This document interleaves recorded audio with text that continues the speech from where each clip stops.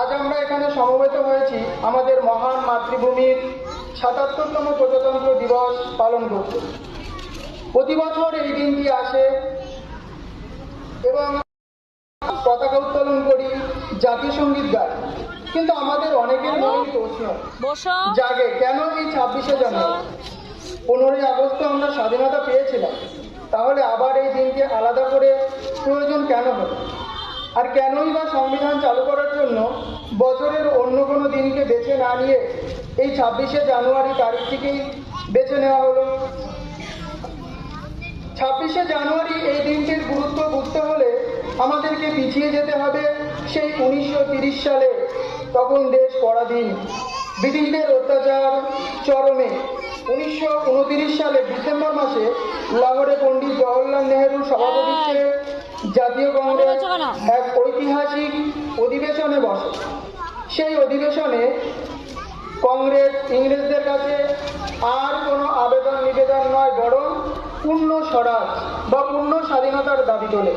সেই অধিবেশনে সিদ্ধান্ত নেওয়া হয় যে ১৯৩০ সালে ২৬শে জানুয়ারি দিনটিকে সারা ভারত জুড়ে প্রথমে স্বাধীনতা দিবস বা প্রথম স্বাধীনতা দিবস হিসেবে পালন করা হবে।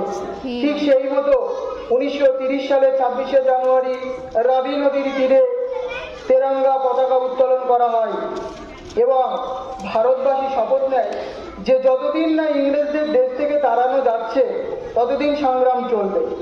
দীর্ঘ ১৭ বছর ধরে ১৯৪৭ সালে পর্যন্ত এই ২৬শে জানুয়ারি দিনটিকেই ভারতবাসী স্বাধীনতা দিবস হিসেবে পালন করে আসছিল।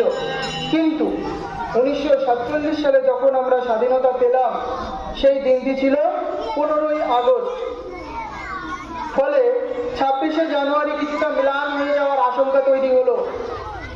তাই সংবিধান প্রণেতারা মনে করলেন, চিন্তা ভাবনা করলেন যে এই দিনটিকে চিরস্মরণীয় করে রাখতে আমাদের ২৬শে জানুয়ারি তারিখটিকে ভারতের মানুষ মনে রাখবে, যাতে করে এই দিন আমরা পতাকা উত্তোলন করি। এবং ২৬শে জানুয়ারির এই দিনটিতেই ১৯৫০ সালের ২৬শে জানুয়ারির এই দিনটিতেই শুরু হলো আমাদের ভারতের সংবিধানের কার্যকর।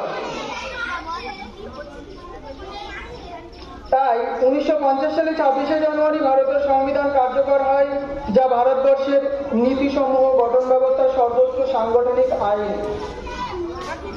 এই সংবিধান আমাদের দিয়েছে বেঁচে থাকার অধিকার, শিক্ষার অধিকার, মত প্রকাশের অধিকার এবং শোষণের বিরুদ্ধে রুখে দাঁড়ানোর অধিকার।